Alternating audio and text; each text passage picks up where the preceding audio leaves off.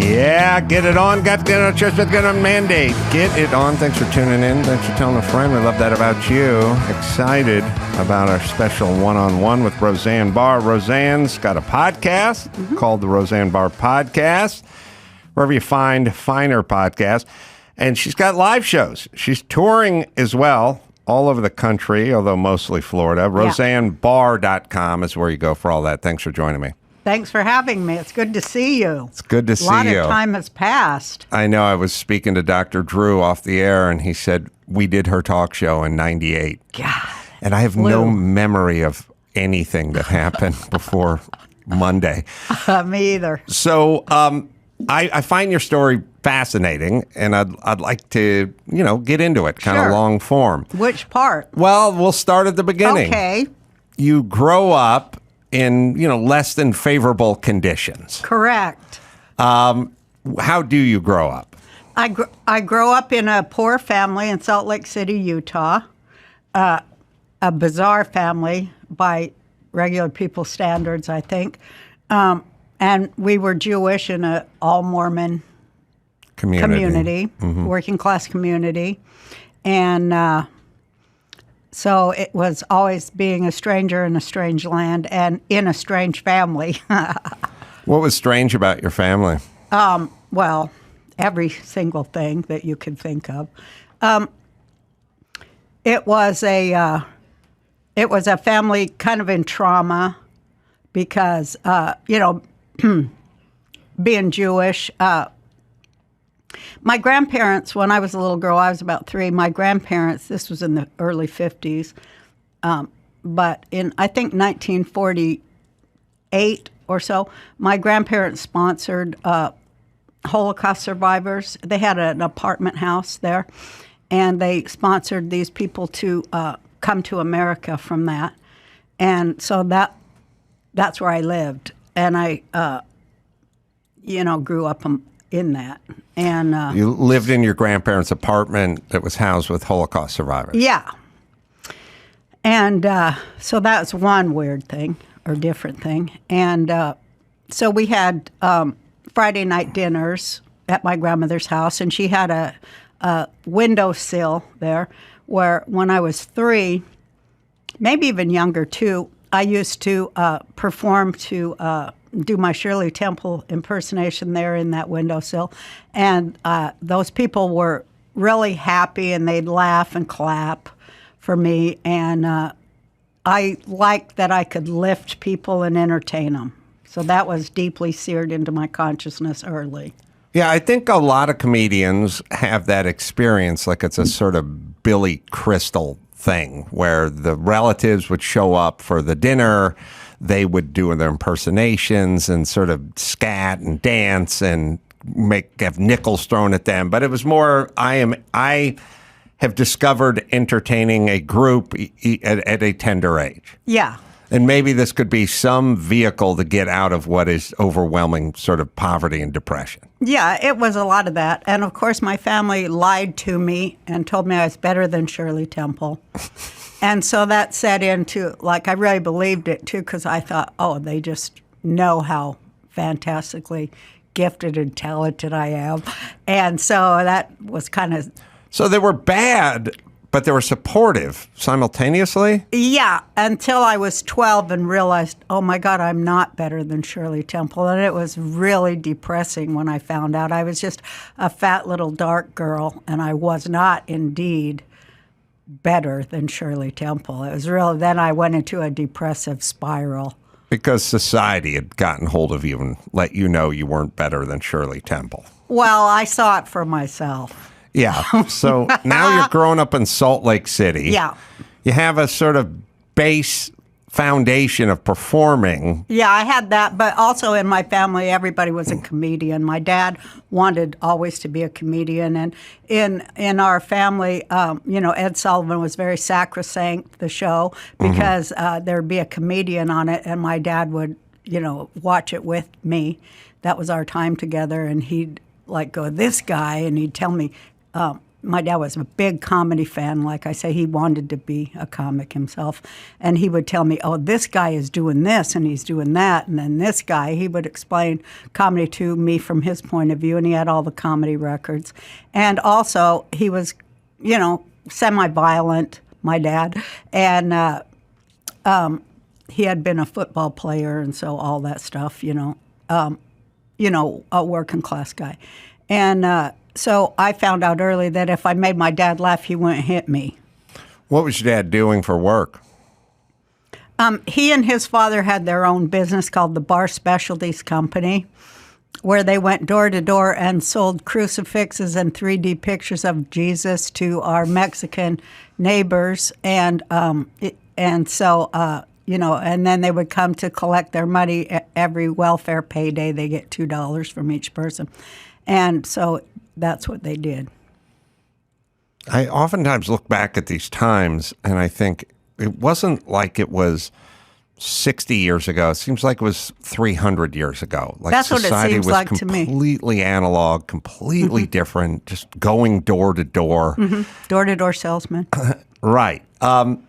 So how do you get out of there and start into your life of comedy? How did I get out of there? Boy, there's a good question. Let's see. I left home for the first time I left home finally when I was 18, counted down the days. Were you abused at home? Yeah, it was an abusive household. It was crazy abusive, though. How do you define that? Well,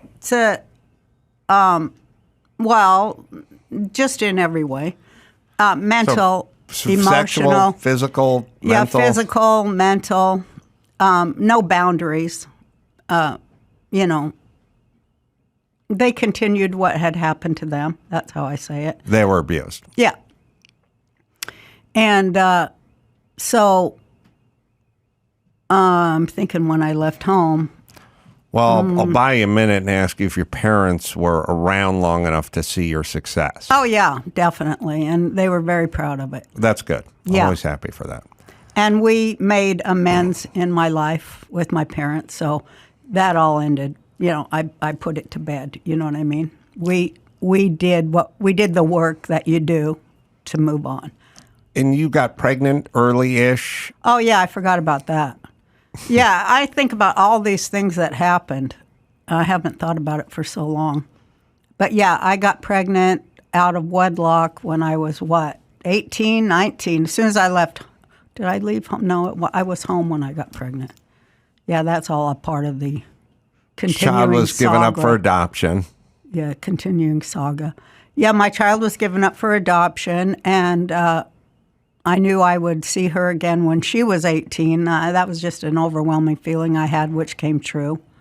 And now she's 53, and we've been back together since she was 18. She has a kid of her own now. So how do you get out and get into comedy? Well, I left home after I had that daughter. I left home and I went to Colorado, and I lived on a commune. And I just got a couple jobs, and I was always funny, Mm-hmm. And then I had 3 kids and got married, and I started in that time always writing, I was always writing funny things, and I got a couple of things published. And then I got a job as a cocktail waitress, and, I started just letting the shit fly with my customers, and it was in Denver, and one of the customers said, "You ought to go down to that comedy club down in Larimer Square." And I'm like, "What?" And it was like, all the hairs were standing on my body. It was like an electric response. And I just knew, because all my life it was there, and I just knew that I was going to go down there and do comedy. I just knew it. And so I did. Went down and did 5 minutes. Took me a year to write it. Mm-hmm. And I went down and I did my 5 minutes, and I never quit. How'd it go the first time? Killed. Really? I killed the first time, and I was like so happy because I remember going home. I was like, fucking, I'm getting that Eddie Murphy money. I'm getting out of here. I'm getting a fucking divorce. And I'm, I had it all in my head. I'm going to make my life good. And the second time I came back, bombed like a dead dog. You know, that happens, Yes. you know. And so then it was a long crawl back to doing as well as I did that first time. Like, you know, they say chasing the dragon when you do heroin the first time. It was a lot like that. And that took a long time to master the 5 minutes. It was all about that 5 minutes, you know, at first. How was your husband with it? Well, he helped me to write. He was funny too, and is funny too. And, you know, he helped me to write it. And the jokes were all about our family life together, you know, the domestic goddess thing. And my sister helped me write. And, you know, it's just trial by error when you keep going on stage every week. And, you know, you do basically the same thing, but you perfect it, you know. And he was very supportive, would watch the kids when I would go down there on Monday nights. And then pretty soon I would get Monday and Wednesday night. And, you know, it just grew. And then pretty soon I had 20 minutes and I could middle for somebody. And then after I had about... This is what year approximately? I started in 1980, and that was about 1982 when I could begin to middle in clubs. And I would start going to other clubs, and I remember I middled for Sinbad. Wow. That was one of my first big gigs. And me and Sinbad drove from Denver to Kansas City, and I middled for him. And... you know, then pretty soon I start headlining in those little clubs, and people saw me, other comics, and they said, oh, you should come to L.A. and audition for Mitzi Shore because she's the mother of all comedy, you know, at the Comedy Store there. So I did, and that was 1985, and I was very prepared with my 5 minutes after 5 years of working it, you know. And so when I went up, I came off, I really killed too. And Mitzi said, go do 20 in the big room. And all the waitresses said that she had never done that before, taking somebody from audition to the big room in the same night. And it was just like a dream. And I did 20. And in the audience was George Slaughter. And he was doing a show, Women of Comedy. And he came up after and asked me, did I want to be on this TV show, Women of Comedy? So, of course, I said, yeah. I'm going to go back to Denver and settle up, get my kids taken care of, and I'll come back and do it. Came back 2 weeks later to, you know, rehearse for that show. And Jim McCauley of The Tonight Show was in that audience. And he came up to me and goes, Roseanne, I'd like to put you on Friday night. Well, I damn near crap my pants. Yeah. And I went on that Friday night, and Julio Iglesias was the guest and asked me if I would open for him on an 18-city tour. It was like bing, bing, bing, bing. It was a Johnny dream come Carson true. era, right? Yeah, when that's all you had to do was get on Johnny Carson, and you had your career in front of you, and that's what happened to me thanks to Johnny Carson and all those people. And then I got my show because of the 18-city tour. I had a lot of press, and I kind of got popular and had enough press to bring it to networks to see me, and they gave me a deal. And I went on the air and was #1 in 3 weeks, 3 episodes, knocking Cosby off. I don't know. It was a God-given moment. You know, I think it was just, I was just very lucky, and it was in the right place at the right time. Yeah, people don't realize how big the network sitcom was back in the day. Yeah. I don't think they understand. Yeah, we had like between 32 and 42 million viewers a week. Right. And so, you know, an episode on Girls with Lena Dunham gets 250,000 views, and people are talking about it. And this is 35 million people. And the compensation was insane. Everything was insane. It was really insane because I was making $1 million a week back then. It should probably be like $3 million a week now. Well, if you just do the LA gas prices, it'd probably be like $15 million. Well, yeah, an you're episode. right. I don't even know what it would equate to now. $1 million. You were the second highest paid woman on TV, I think I read, under Oprah. Only. Yeah, but Oprah wasn't really a network person. Right. She was syndicated always. But I was at one time the highest paid personality that had ever been on television. Was it too much to process in the speed that it came to you? Yeah, it was way too much to process, and I didn't process it. I worked so hard, between the work I did on the show and then going home to try to live a life with the children I had and that kind of deal. I never had time to process anything. I just ran from one thing to another, I didn't have a really good overview or a real good plan. I just went from one mess to another, and I put most of everything I had into the script and the show. And I'm glad I had that focus, because I might have really spun out of control far more than I did. They tell me there's a clip we found from 1998 with me and Dr. Drew doing your show. Oh, boy. Your talk show, as we discussed. Oh, my God, look at that. I look just like my grandson, Ethan. Yeah, it's weird when you get old enough. You can start looking like others. New York Times writes, surprisingly smart and winning. Tracy and Anka are going to be returning later. If it was not for my next two guests, I swear the youth of America would be even more clueless about sex than they are now. Please welcome the hosts of MTV's Loveline and the co-authors of this here new book, Adam Carolla and Dr. Drew. Feels like a dream, doesn't it? Yeah. Oh, see, that's how you are in my mind. When I saw you today, that's the guy I have in my mind. Yes, full of hope and dreams, not crushed by life, society, and government overreach. Yes. You have such a good show. I really enjoy it. Thanks. You people ask you guys weird. Yeah. Lean forward. I can't see it. I'm not so sure that they ask us weird questions, but there's just weird stuff going on right now in this country. Real weird. Weird. No one has any second thoughts about asking us anything. We do college tours, go out and speak to kids, in rooms 5,000 people in it, and the kids will stand up and ask these same questions that you hear on MTV in front of the faculty, their peers, and everybody. It's amazing. But they have like no shame, right? It's either that or desperation. It's desperation meets alcoholism meets lack of shame, and together there you go. It forms a question. Do we have a?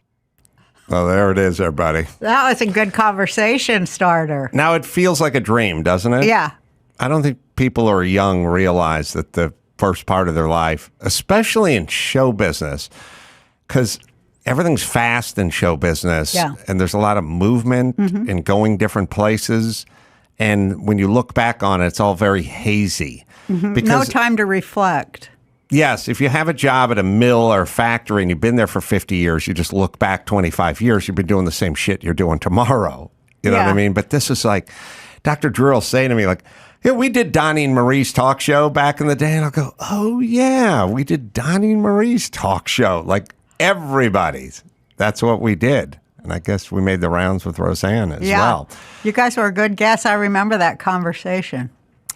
Well, I don't, but we were always, we had a lot of laps, me and Dr. Drew. So we were always on the short list for guests because we didn't need a lot of pre-production. We weren't some soap actress who didn't have any fun answers. Like we did it for a living. But so for you go through the first incarnation of Roseanne, the TV show. And then how long is the sabbatical before the Connors come around, the second version? Oh, well, the second version was still called Roseanne, and that was my 10th then it was the season. Connors. Sorry. Yeah, it was the 10th season. I always wanted to do 10 seasons, and so I got what I wanted. But, the 10th season was, what was that, 2018 that came back? 2017. And premiered at #1 with 28 million viewers. That was fantastic to come back again and do it again. It was great. So I guess that leads us into sort of cancel culture. Oh, yeah. Which is where we're living now. That's where we're living now, right? Yeah, and the first thing I find about it is I find it to all be very presumptuous.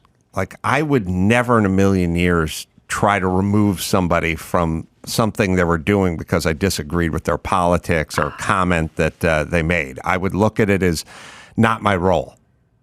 Like I would never go to a club where a comedian was up there just spouting off stuff I disagreed with culturally or politically and then say to the manager, you got to get that guy not to come back. Like It's not my role. It's not my place. It seems absurd if you think about it.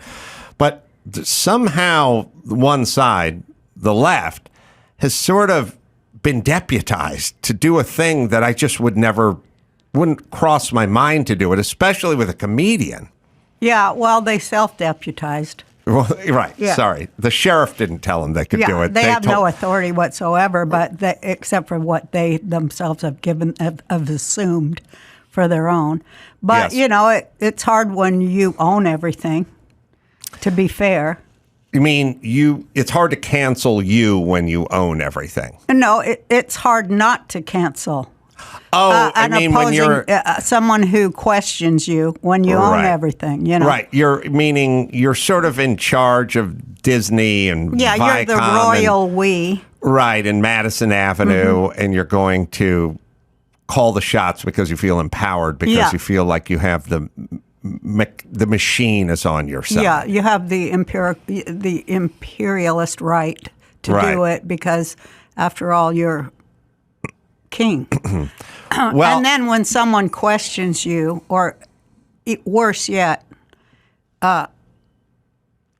makes fun of you, right, and you have no sense of humor as king, Right. well, it's your duty to remove the jester. Yeah, the part that disappoints me the most about the chapter we're living in, as I've said many times, is I don't know why the people, like you got into trouble with the Valerie Jarrett thing, right? Which was prescient, if you really if you get what I was saying. I was so right on about today. Right. And we'll get into it. Okay. But what I'm saying is I wish more people, whether it was the female soccer player that was kissed by the coach from Spain and got him, thrown out of his job, or Valerie Jarrett, who was senior advisor of former President Obama. I wish those people just go, oh, so what? They're a comedian. Like, leave them alone. Yeah. Or you know what they can say, which I've said many times, like, I don't like the person, I disagree with the person, but that's their opinion. So what? Keep walking. Yeah. Nothing to see here. You don't have Yeah. to make something out of this. Right. They could nip it in the bud. Yeah. Well, like I said, she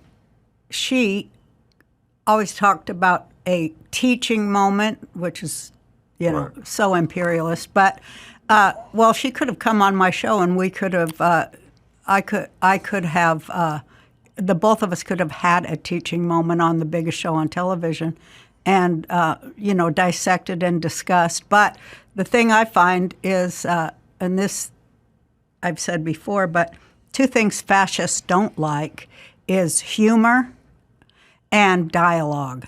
Mm-hmm. And that's what happened. So you said Muslim Brotherhood and the Planet of the Apes had a baby, and that's Valerie Jarrett. And that is a political tweet. Right. It's not a racial tweet. Right. And my defense of that was that I thought she was an Iranian woman. I didn't have any idea. I captioned a meme that came across.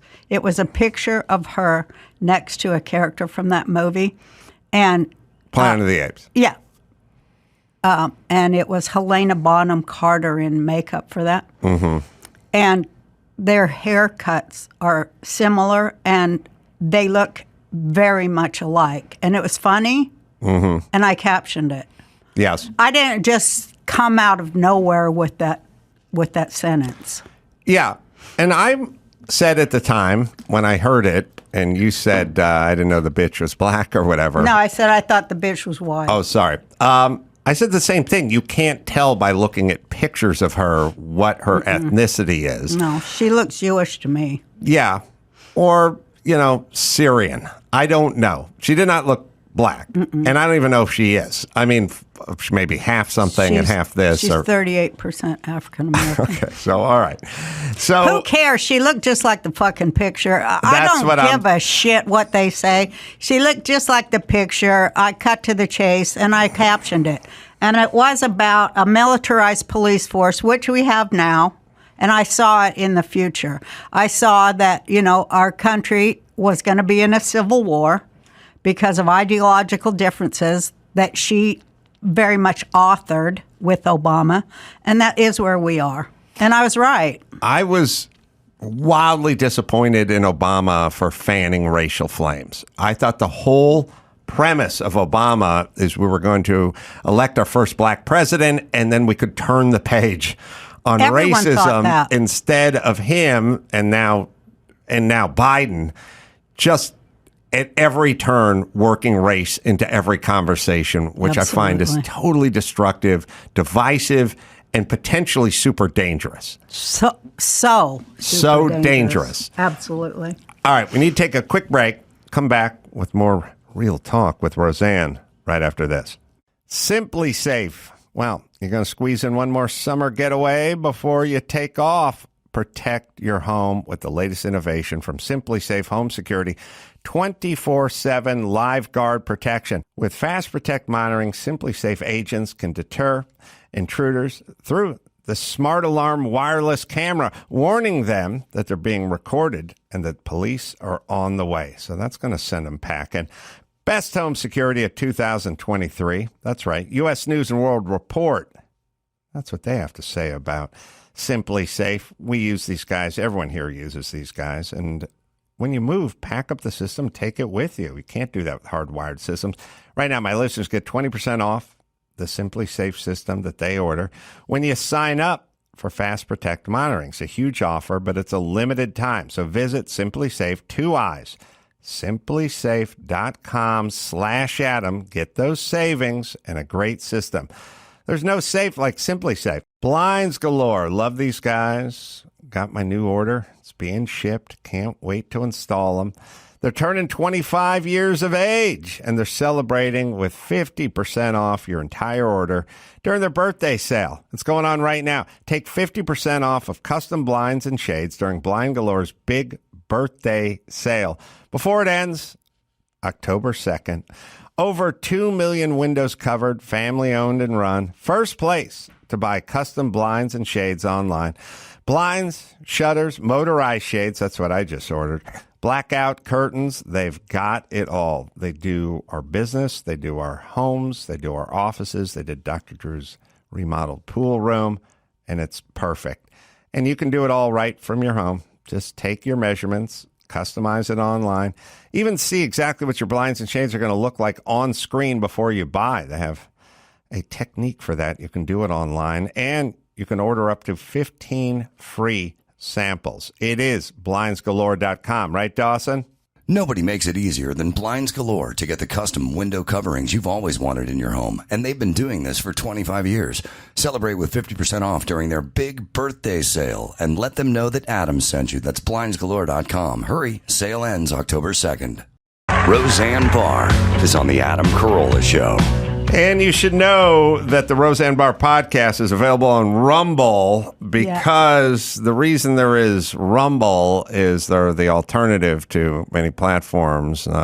Russell Brand was just thrown off of YouTube, and Rumble exists to prevent the government overreach, collusion with Silicon Valley, and doing their weaponization, as we just experienced with COVID, of the tech companies and the government collusion in terms of silencing voices they disagree with.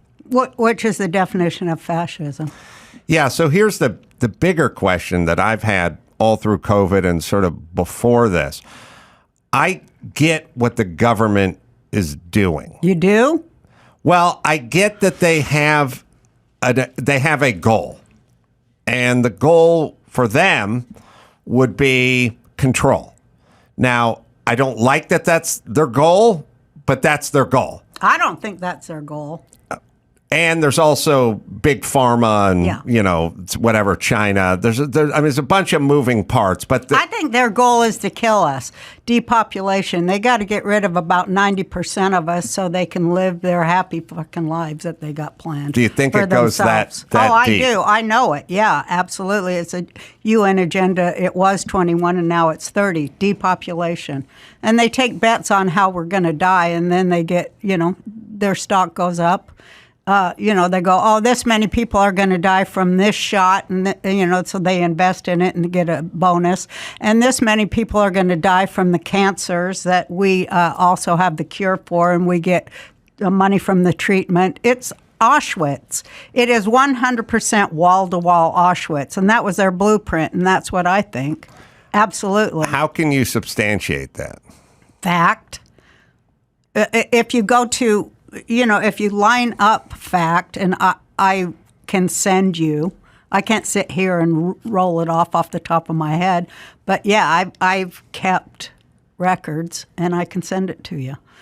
Just by what they do, by just listening to Klaus Schwab and the WEF, just rolling it down all the way from every UN act, everything that they do is to decrease the population. And they say it right in our face. Right, but then where does Anderson Cooper and Don Lemon and Jim Acosta and the LA Times and the New York Times and the entire population of Santa Monica, California, where do they factor into this? Well, they don't. Is it just useful idiot shit? Well, they need them. Well, of course they do, and they just pay them and they'll do whatever. They do what they're told, and they're rewarded for it. People who don't do what they're told are canceled and destroyed, and put in prison for 22 years. I mean, that is the fascist You're talking about machine. January 6th. Yeah, but they took a picture and they're in there for 22 years. Yeah, it is a fascist, complete militarized state. And where's Joe Biden in this equation? Along for the ride, just a twig in this river of fascism, or does he actually know what's going on? No, he has no idea. I say that he's Jim Carrey in a mask, because nobody could fall up the stairs like that, only Jim Carrey, you know what I mean? And so I think they all have masks. I don't even know if they're alive or human. They might be cyborgs. I mean, they might be clones. I don't think they're human, half of them. Their effects and the way they act, it looks like they've been coached to act human. And they can do things on video and television that it isn't even them. We can't trust anything the media tells us, is my bottom line there. Anything you see on media has been cut, censored, made up. I don't believe anything, except for the fact that people are dying all the time, and they don't even report it. Did COVID get you to this headspace much quicker? You were there long before? I was there, yeah. I saw The Matrix at an early age, because I was always getting, I saw, I don't know how to say this right, but since I came to Hollywood, I worked with children who were abused and owned by pimps, and I always was a fighter in that arena for children sex slaves and children who were controlled by pimps on Hollywood Boulevard that I try to be very involved in. And so I knew from them, the victims, what was really going on behind the scenes and in high up places. So I knew from them what the real deal was. And it was just, it's a system of slavery. And people at the top are making the money, and the rich are getting richer and the poor are getting poorer. How can you dispute that? It's basically that. It is just business as usual. And if the business happens to be very profitable in selling human bodies and organs, that's where they'll go. That's just how it is. But is it all commerce? Oh, see, I think you and I differ to the extent that I think mainly, I always say stupid or liar. And I feel like I agree. You can watch CNN for 20 minutes and there'll be 35 stupid or liar moments in there. But I believe people are mostly stupid or sort of useful idiots and not really knowing what's going on. But maybe there's a handful of people at the top kind of pulling the strings. Yeah. But I don't think of them as nefarious. I think of them as power hungry and money hungry, which ends up makes you do nefarious things. But I don't think it's evil for the sake of evil. I think the middle is like that. I think people in the middle, they're kind of unwitting. Yes. You know, they want to believe, they want to believe what they believe. But at the very tip top, the owners of the world, like Carlin said, the owners of the world, sorry to tell you, but they are evil. And they definitely count how many people they need to get rid of. They do it in every war. They do it on purpose. And, they do own everything.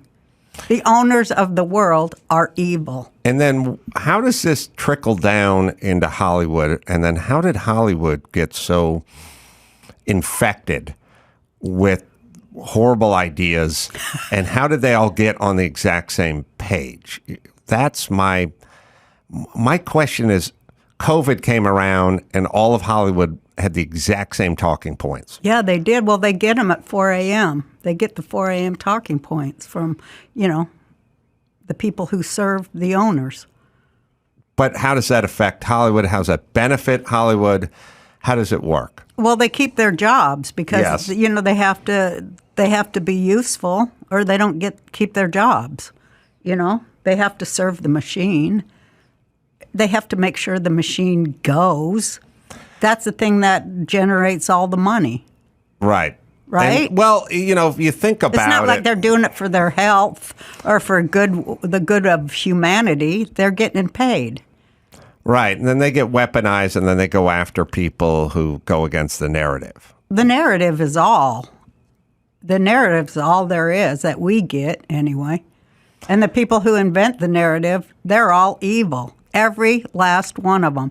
There ain't a good one amongst them. But they're then, all like devils. How do you account for the smaller group of people who go against the narrative? Well, there aren't many of them, are there? They might twist it a little and say, well, there are some good. That's as far as they'll go. Well, there are some good people. That's as far as they'll go. But they won't ever name it. Naming it is dangerous. No, but what I'm saying is there's been an ever-growing group of people are kind of waking up. For instance, if you would have talked to me 5 years ago, and you would have said to me, CDC, Fauci, CDC, Rochelle Walensky, WHO, FBI, CIA, I'd go, yeah, well, those are organizations that are here to protect us. And if the WHO says wear masks, then I would put a mask on because, they know what they're doing and they're looking out for us. Right. And if you said CDC or Barbara Ferrer, she's a health commissioner for Los Angeles County. I'm like, well, she's a doctor? Yeah, Dr. Ferrer. All right, well, let her set policy. Who am I to interrupt that conversation? And obviously, whatever it is she's doing, she's thinking about the citizens of L.A., and Rochelle Walensky's thinking about the citizens of the United States, and the WHO's thinking about citizens of the world. Yeah. And the FBI's out there trying to root out evil. That's what everybody And the thinks. CIA's out there doing it on an international That's what all scale. the good people think that way. That's the good all I. people That's think all I that thought. way. But then COVID came around, Yeah. and I was like, "What's the FBI up to? And what's Fauci up to? And what's WHO up to? And what's CNN up to? And what's LA Times up to?" So then I became suspicious, Right? And I now think of them in a very different way. But there is a group of us who do think of them in a very different way. Dr. Drew was all on board with Fauci and everyone else, but then he started looking at what's going on. He was one of the first people to say, wait a minute. Yes. The question is why aren't there more of those people? Because they got it all sewed up. They want their jobs. Yeah. They want to keep their jobs. Yeah, like, well, there's so many people that are holding on for their retirement funds. And like I say, as soon as they figure out that their retirement funds got shipped to the Ukraine, they're going to be real pissed. And they're going to really wake up.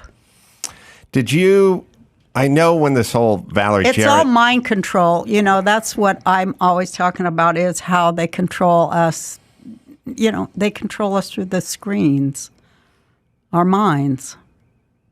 Keep going. Tell me more. Well, that's what power does. It like Hitler said, you tell a lie enough times and people believe it. And of course, he wasn't the first one to do that. They've been doing that forever. Power lies to keep people in line and control them. Everything's a lie. Everything power tells us is a lie. What do you think, or how do you wrap your mind around the sort of crazed reaction to Trump? Like your ex-husband, Tom Arnold. He's got Trump derangement syndrome. Yes. Yeah. Yes. But I assume most of the people that have it are crazed narcissists. At least that's my head on it. Yeah, I have to agree with that. And also, they're real guilty of something. Oh, really? People who talk about forgiveness all the time. Yes. Instead of asking forgiveness or ever bringing up, I asked forgiveness, but I've forgiven everybody. They're always guilty of some shit every single time. I mean, this is my opinion and what I've seen. And people who hate Trump, it isn't very long before they get exposed for basically the stuff that Trump's against. That, you know what I mean? Well, first off, I think everything's projection.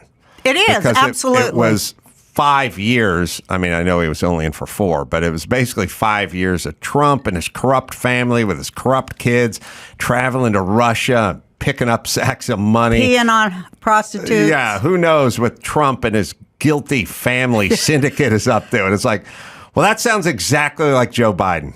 Exactly. Bingo. See, it's all... absolutely projection. And Joe Biden's up there on the debate stage going, look at his family. He's the one who's out there. Don't talk to me about China. I never talked to anybody about China. My son did nothing wrong. Remember that one? I've never spoke to my son about his business before. I mean, I feel like it's all projection. It's Alinsky. It's Saul Alinsky's stuff for communist takeover. Blame your opponent for what you do. Accuse them of exactly what you're doing. So I mean, it's a communist takeover. You believe that, right? Can you see it? Well, okay, here's what I see. Okay. I see the government has grown by leaps and bounds over the last few years. Mm-hmm. And the government, I've said it many times, if you took beavers and put them on the roof of the Empire State Building, they would start looking for wood to build a dam. Right. Because that's what beavers do. I love and that. And government does government. Mm-hmm. So the more government you get and the more government you hire and the more government you employ and the more government you empower, the more rules. And they just sit around thinking of insane things. Like, well, maybe we could put some sort of timer on people's dishwasher so we could shut it off at 5 p.m. or something. Like, that's literally... I also think, and I'll be very curious about what the domestic goddess has to think about this, I think there's too many women, too much estrogen, and too much of that kind of thinking that's been infused into government. Most of the crazed lockdowns that met, I will say this in all candor. I think women are more vindictive than men. Oh my God, you are going to shit yourself when I tell you I'm 1,000 with you on it. I know it's true. This is I see it. It's absolutely true that women have been weaponized against women's rights. It's all a mind control thing. Where these women now, I am so with you.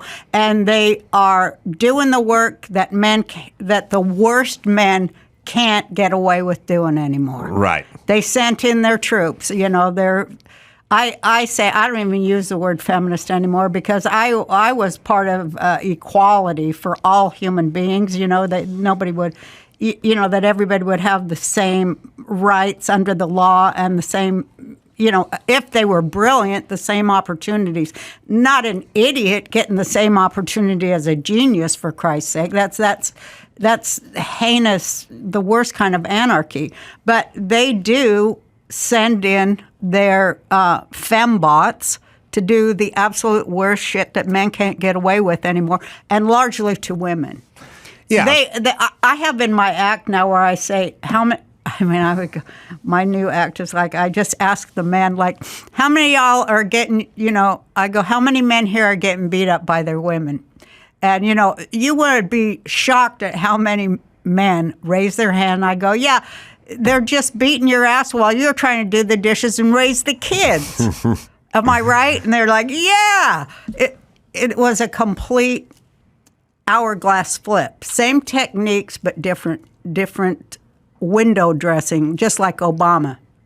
He's Bush, but he's that color that people on the left have a sexual fetish for skin color. Mm-hmm. And they're Yes. the worst racists that you've ever wanted to meet in your life. Oh, well, listen.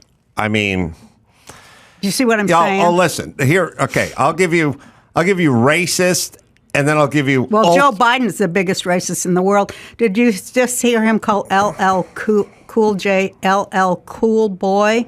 Oh no! Now we got to find that. Oh, he did. But to be fair to him, he doesn't know what he's saying. But No, but he is a racist that hung out with, Bird. Yes. Bird. Yes. No, listen. Everything he says is racist and what I'm saying. anti-Semitic too. You making a racist joke about a black man, being hung like a horse or having a high vertical leap or something, maybe that's a racist joke.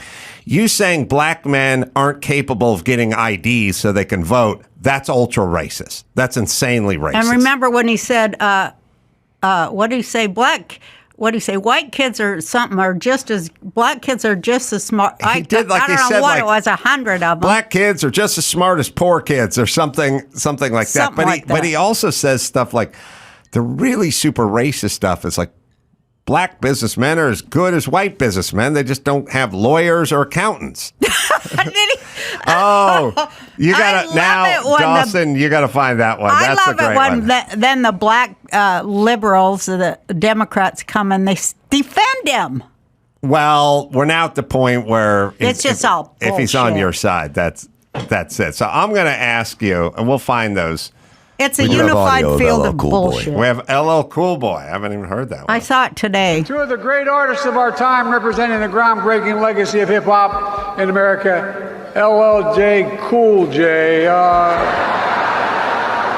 By the way, that man's got biceps bigger than my thighs. I think he's... Okay. you Now, just if said that were Trump, oh, that'd be it. That'd be That'd it. be it. And CNN would go apoplectic on him. But Trump would never be that ignorant. Well, Trump can think, at least. Yeah. I don't know that Biden's synapses are firing. I don't know that he's even responsible for what he says anymore because he can't think clearly anymore. Like I say, I think that I sometimes I think, and people say this, that it isn't even reality, it's just a show. Well, Have you thought of that? No, look, when Bill Clinton's in power and even Obama's in power and even Trump's in power, you think, all right, well, maybe I disagree with this or I agree with that or something, but I sort of think that they're here and that they know what they're saying. When it comes to Joe Biden, they put him in the Oval Office. They take transverse man, number 17. He sits down next to this person, and what I see is a doddering old man looking at a person he's never seen before and wants no audience with, so we can take it's like basically when there's a wedding, back in the 80s, there'd be a wedding, and they would go to each table, and they'd film, say a little something about the bride and groom. At some point, there was Civil War veteran Grandpa Eugene Wilson, who was like 98, and he would look into the camera and he'd go, I want to wish Tammy, your great granddaughter's name is Tammy. Tammy and her husband a fruitful bat mitzvah. Wedding. We're at the wedding. Is there more pudding? Okay? Thank you, great grandpa Eugene. Thank you. And you see that footage, like 10 years after he dies, and you go, right? Oh, he didn't know. He didn't really know where he was. Yeah, You know but what I mean? I think that's part of the show so that we all kind of feel sorry for him, but it doesn't matter whether he's relevant or not, and he may not be.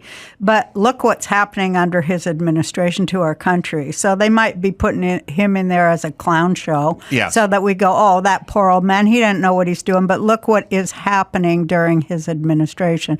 Our country is being destroyed from every direction. And that is not an accident. That's the question. All right, one more quick break. Back with Roseanne. Hopefully we'll find that clip of him talking about the black entrepreneur.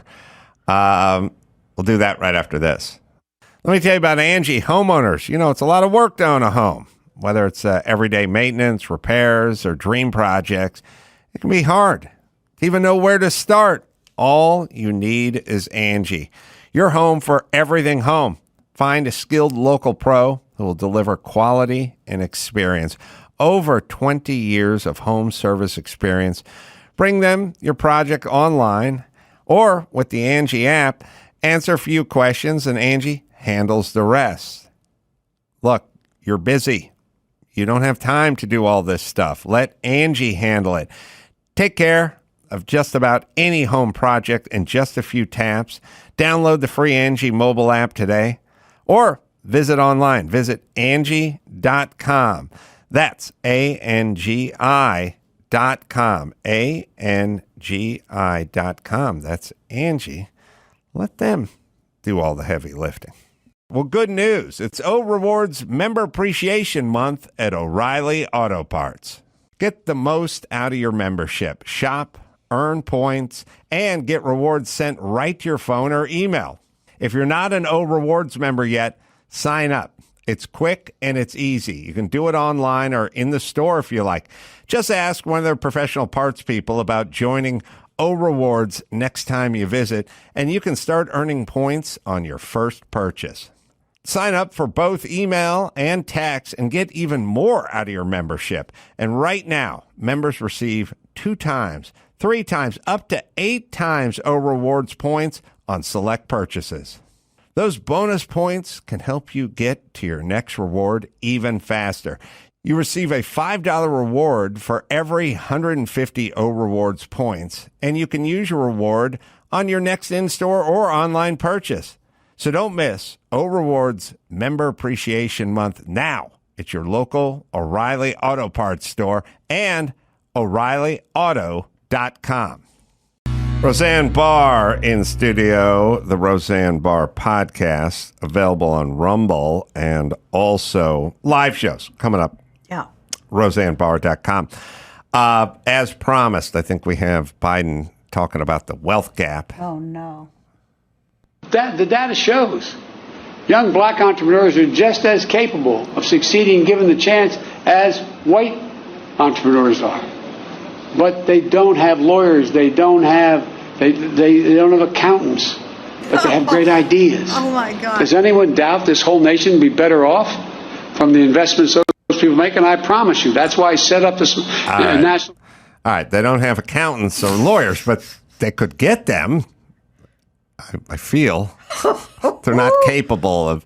It's soft bigotry of low expectations. I mean, it's real bigotry. You think black Absolutely. people aren't up to the challenge of life in America? That's what you think. Yeah, that is. And guess who their savior is? You and your party who are going to come in and lower the bar for everything, pardon the pun, and make it so Right. that they can succeed. Well, you can see when you go to Democrat cities, which I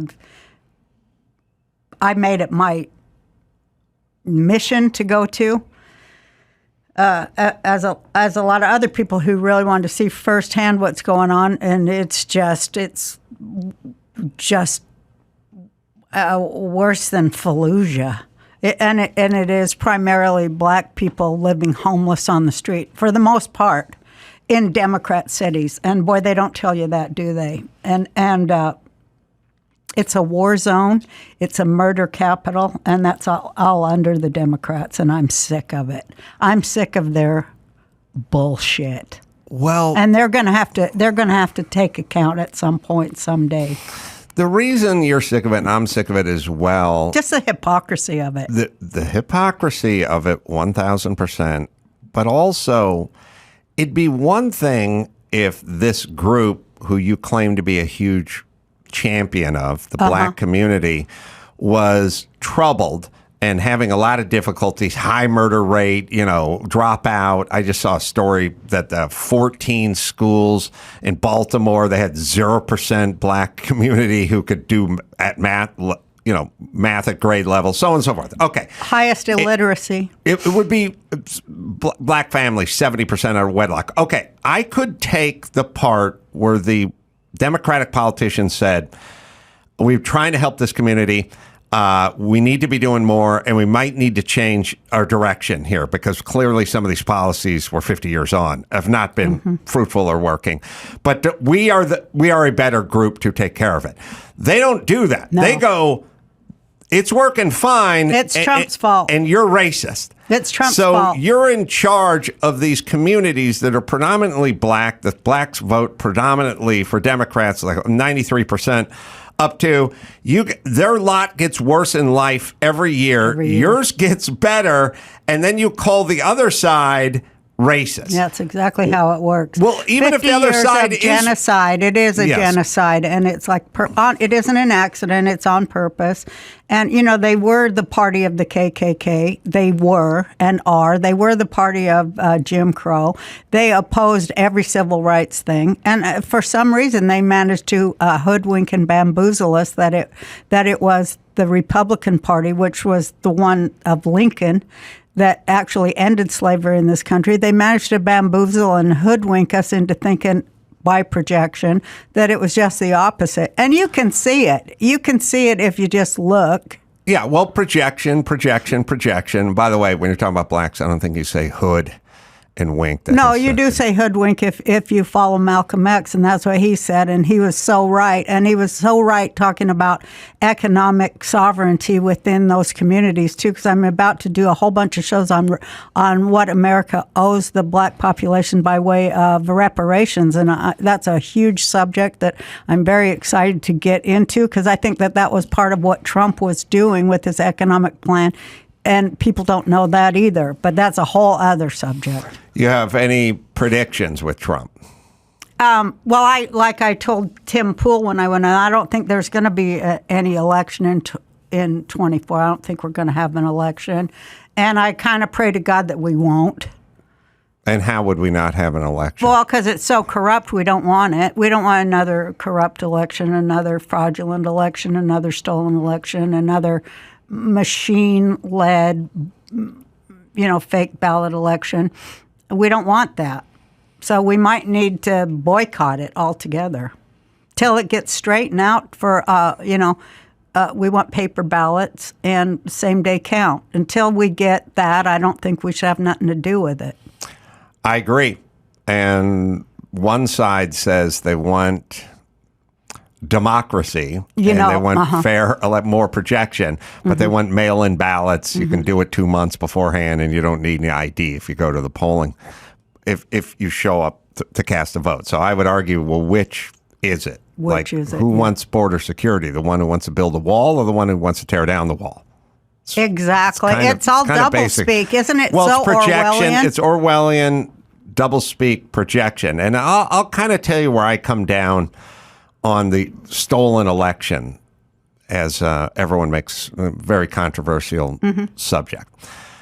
I don't know enough or have enough information to say, oh, Dominion, their computers were rigged or the ballot boxes were stuffed or any of that. Now, I'm sure there's been a fair amount of... Well, Carrie Lake just won a thing in Arizona about the fake signatures on the mail-in. So all over the country, and of course they don't report on any of it, but it was a whole host of different ways. It wasn't just one thing. I do not But all over the country, there, people are coming, whistleblowers, and proof that it wasn't just machines. It wasn't just, mail-in votes.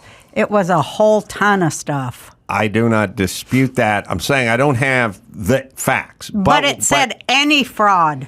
But I'll tell you what any fraud at all. Well, I'll tell you. I'm sorry. I'll tell you where I think the fraud comes in. The fraud. Facebook. Yes. Yeah, Twitter, I knew you were going to say that. That is the proof. By the way, I mean, let's really just think about this. They have polled Biden voters, and they said if we knew about this whole Hunter Biden laptop and the collusion and Ukraine and that 50 spy guys said, that it's all Russian. Right. So they're all in on it too. Right. So where I'm kind of at is, ballot boxes stuffed at home, motor voter, all that stuff, fine. But there were about 18 percentage votes who, if the New York Times and Twitter and all the sort of big tech companies, along with the former heads of the CIA and the FBI, all didn't sign that document that said it had all the markings of Russian collusion. That's election interference. And for so me. is the previous 4 years of Trump's presidency with them saying he's a Russian asset, what, yeah. knob. Cat's paw, I think they would say. Yeah, so there's tampering. Look. It's mind control. It is. It's also kind of, but the part that I keep getting back to is that most Americans are neither here nor there with this information. I mean, especially after being lied to about COVID for 3 years and everything else. It doesn't seem to bother them, which they just that's turned scary. off. They had to just turn it off because, like, they don't have 9 hours a day like I do and you do to sit and read. They're busy with their lives. They just turned off. I don't blame them. They've turned off because they're smart. Now, you're set for life financially, right? I hope so if I live 3 more years. But you can't really be canceled anymore, right? Fuck them. I'll come back out of the goddamn grave. I'm not going to let them win. Right. They're devils. Well, I've been a little disappointed by the comedian community, especially during COVID on all this, which is I said, look, the reason you become a comedian is so you can say what you want. And they're scared. I get it, but... Plus, they don't know what to say. A lot of them, they think it's just dick and fart jokes. Come on. But you know what? You got to come down to Rogan's Club in Austin and see inspiring comics. Oh, really? Amazing, brave, fucking in-your-face, red-blooded comics there. And there's no censorship and there's no woke. No woke. And it is just fucking phenomenal. You would love it. I want you to do that. Well, tell Joe. Because I will come down there and Okay. happily do multiple sets Just or whatever they want. witness. We'll come and work, but witness. Well, I want to perform too. as long Yeah, as we're perform too. But doing I just that. go down to witness. I was like, these young people, shit, they're on fire. Well, they were created by all the people that were trying to silence them over the last few years. And this is what I keep saying to everybody. You created Tucker Carlson, and you created Joe Rogan, and you created Candace Owens, and you created Ben Shapiro. You've created all these Don't people. blame me for Ben Shapiro. Come on, he's in the tribe. You created all these people because you're trying to mash people down like a whack-a-mole game. And now we have Greg Gutfeld, who's number one Right. in nighttime in the evenings because you tried to smash everybody. And a certain group, half the country won. I want to hear what these people have to say. Yeah, they make them bigger. But I like Greg Gutfeld. Excuse me. I went on his show. He's smart, and it's a funny show. And it's an alternative frame of mind, which people need to hear. I agree. And I just... Like, I got so sick of Colbert and his fucking arrogance. God, I don't think that shit's funny. What an arrogant son of a bitch. You know? No, it's preaching at a certain point, and it goes way past funny. Yeah. So for you, are you rejuvenated, invigorated? Like, I feel like there's a little of a rebirth of Roseanne. Yeah, I do. I feel that way since I went down there, you know. I feel it like. I mean, you want to get out, you want to share your wisdom, you want to tell your jokes, you want to share what you've gleaned, I what want to you get know. I want to get up on stage and make people laugh real hard again. You know, like in the beginning when I was like, fuck it, you know, I'm going to go on there. And I would follow 25 men Right. or what have you. And I'd be like most of the time the only woman. And so there would be all that buildup about what they would say about women. And I'd just come in like, you know, like a bowling ball and go, here's what I got to say about it and knock them all down because I'd been set up so well. And it's like that again. I've been set up so well by all these by all this liberalism that's out there in the joke sphere. I've been set up so well that I can come in and say, hey, here's my, you know what I mean? Do you see what I'm saying? No, you were, I guess, maybe you were like. I can say the other side that hadn't been heard yet. And I felt like, hey, it's back. It's like my daughters go, oh, Mom, you're in your 4th Saturn return or whatever shit they say, them kids. Yeah, but it is like that. Yeah, you felt you were young, you were vibrant, and you had something to prove. And then, I was hungry for it. Yeah. And then you got super wealthy. Yeah. In the world, the weight of the world, and everyone sort of realizes when they come successful, it's like, oh, you got to talk to an attorney every other day, and someone's getting sued again, and there's a shitty divorce, and everything's a shit show. Yeah, that's And then you true. get a little disillusioned with why bother being successful if it's going to turn into this. You're so right. And then you get a little dormant. You go, fuck it, I'll just sit home and watch Fox. And then at some point, you get rejuvenated. Like some admiral that needs to come out of retirement because you're losing the naval battles. And you go, I must get back on that battleship and hit the open seas. I felt like that when I came back to do the reboot, because I thought, Jesus, plus ABC was begging me to come back. And I thought, well, this is a good time for me to bring that message of love that I felt I brought in my show was the family's all... They got a lot of problems, but it's just love, love, love. And I thought, well, this was a good time to come back and show a Trump hater and a Hillary hater in the same family, but they still love each other. They still get along. I thought that was a good message for our country at the time because I hated seeing all that division. I thought we're not going to survive it. So I had that drive to come back and do that on TV, which I did for that season. And then they killed me for it. And why did they have to? It was the kind of thing that would have been out of the news cycle in 72 hours. I think Bob Iger, the head of Disney, he had to because at the time, I think, as I put together later, he had hopes of running for the presidency from the Democrat Party. Oh. And I saw that on the Oprah interview with him subsequently. To what he did. And he said that his first phone call was to Valerie Jarrett, and then Michelle Obama called him. And then, so they had to fire me because he couldn't have, it was all political. And, it was Susan Rice. And then Obama himself called to thank Bob Iger for destroying me. They're such coward pussies. It drives me nuts. Yeah, it really pissed me off. So I was like, well, I mean, they did try to destroy me, and they killed my character. And my character, I say. But I went so far down that I felt like they were trying to get me to do a Robin Williams on myself because they had my character die from an opioid overdose. Mm-hmm. When, in fact, one of the members of our show did die from that, the guy that played Mark Glenn Quinn. He did die from that. And it was nothing to him to say, we're killing her character like that, too. The person who, it was so ugly. And I felt like they were joking about it, her death. I was like, this is so ugly, so horrible, that I can't let it stand. And I'm going to come back, and I'm going to be better than ever. I had With a network sitcom? Huh?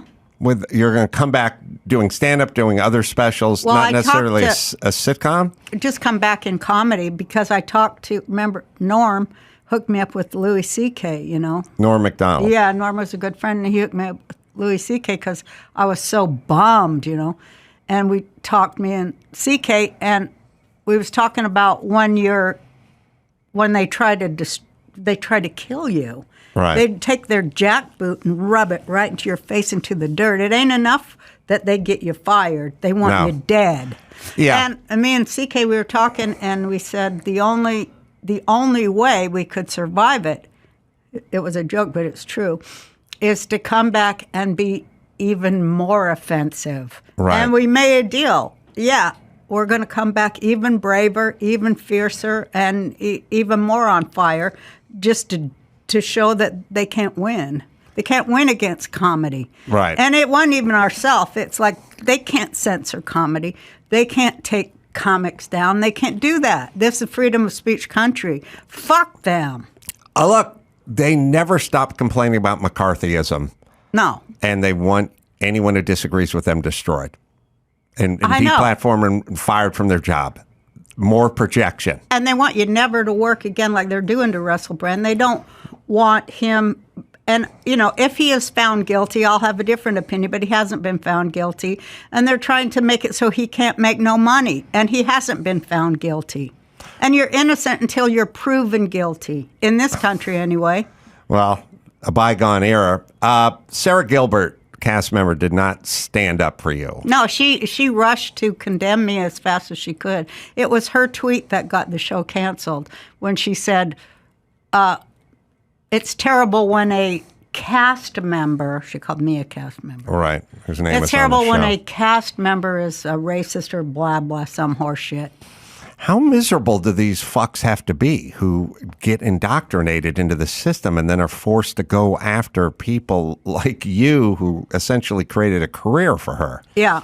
Well, they're owned, and she is completely indoctrinated by an alphabet, 2 or 3 alphabet organizations that will tolerate no dissent within their framework. And that's what it is. It was nice that John Goodman had your back. No, he didn't either. Oh, he didn't? No, he didn't do shit. He said something 3 months later. That's the saddest part of this That is entire... the saddest part to me. This entire That was the thing saddest that part. drives me... It drove me crazy. But I had to let it go because I was like, well, that's how it is. You know, where you have to come to the point where you're like, that's what is. And it was horrible to face it. But that's when I realized it is what it is. But it ain't going to stop me because I'm still funny and I can write fucking jokes. They're not going to stop me from being funny or writing jokes. Fuck them. They can't do it. Obviously, their show shows that they ain't funny and they can't do it well. Fuck them. A positive note to go out on with Roseanne Barr. I enjoyed agree. it. We're just at that point where you just got to go, fuck you. I'll say what I want. I've had a million people say to me, what are you talking about? Stop talking about. I go, I'm a comedian. I'll say what I want. I'll say what I want. That's it. And they go, right. well, it's going to hurt this or it's going to hurt that. And I go, well, that's their decision. Yeah, I don't have a choice in that. They can piss off. And you know what? I enjoyed being here with you, and I want this how I want to end it. Long may it wave. Well, you can listen to the podcast. Hopefully, I'll be a guest on it at I'd some love point. to have you on. The Roseanne Barr podcast, wherever you find finer podcasts, and Rumble as well. And then she's got live shows coming up. It's my farewell tour, by the way. Oh, you and Cher are going to have 15 of those. RoseanneBarr.com is where you go for the live shows. I'm going to be in Irvine. I'll be in San Francisco at Cobb's October 14th, 13th, 14th. I'm in Spokane, Washington. Just go to AdamCarolla.com for all my live shows. And until next time, it's Adam Carolla for Roseanne Barr. Say it. Mahalo.